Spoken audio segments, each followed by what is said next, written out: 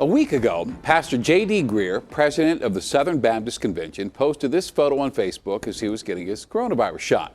More than 1,200 comments flooded in. Some were supportive, thanking him for leading by example. Others said the move was propaganda, questioning the science behind the shot and whether it's moral for Christians to be vaccinated. As Denver 7's Sloan Dickey reports tonight, the reaction highlights a stark split about the vaccine among evangelical Protestants, the largest religious group in our state.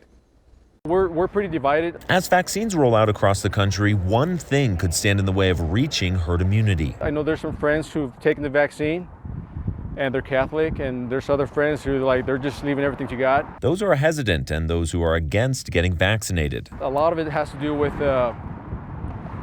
what's in the Bible. Some say it comes down to faith. In tonight's 360, you'll hear from a Christian who doesn't want the vaccine, a doctor concerned about herd immunity, a pastor working to get vaccine to communities in need, and an evangelical professor trying to encourage his fellow believers to get vaccinated. People say it's got a chip in it and it's got the sign of the demon or sign of Satan, 666. Inserted in the chip. For some, it's the conspiracy theories that have surfaced online in Christian circles that have caused distrust. It could be distrust in science in general, and for other worshipers, it's their faith. They believe it's God who can protect them. Well, our faith pretty much says that pretty much believe in God. And he's not alone. For context, nearly half of white evangelicals are choosing not to get vaccinated, according to the Pew Research Center.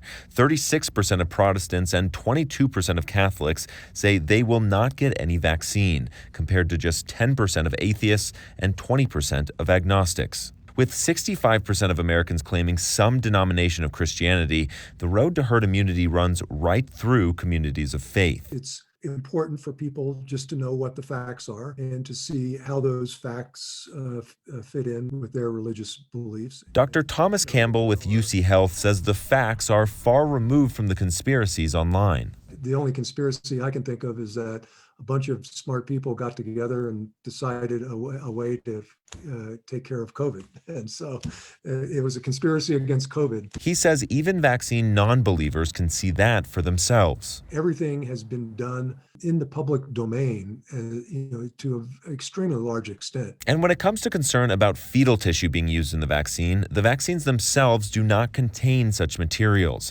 However, the Johnson & Johnson vaccine does use cell cultures replicated from an elective abortion from more than 3 decades ago. The Catholic Church in Denver put out this statement advising their parishioners to get either the Moderna or Pfizer vaccine, which don't use those cells. People have to take their own religious beliefs into account and do what they feel are in line with their beliefs. Still, with the sheer number of those who won't get vaccinated because of their faith, some doctors fear it could be a major problem for the country's effort to reach herd immunity. The general number is about 80%.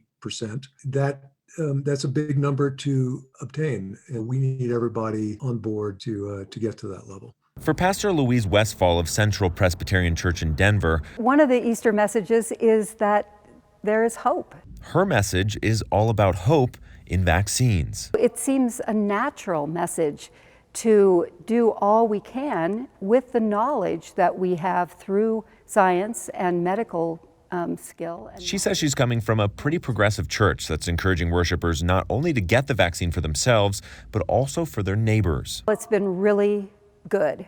And most of the congregations I've been discussing this with are very strongly pro-vaccine. But what about the conservative congregations? Who's getting the same message out to them? We need to reach out and we need to actually believe that you can persuade and change. That is where Curtis Chang comes in. I started Christiansandthevaccine.com really because I stand in my career at the cross-section of the secular world and the church. The former evangelical pastor and current professor at Duke Divinity School started a website specifically for Christians to answer their questions and calm their fears. The content alone is not persuasive. We're finding the secret recipe to persuading that movable middle is short, shareable content like what we produce, but forwarded to them by someone that they trust. But in the end, only trust. Well, I think we take the perspective of really meeting people where they're at. And a little bit of encouragement. Only time will tell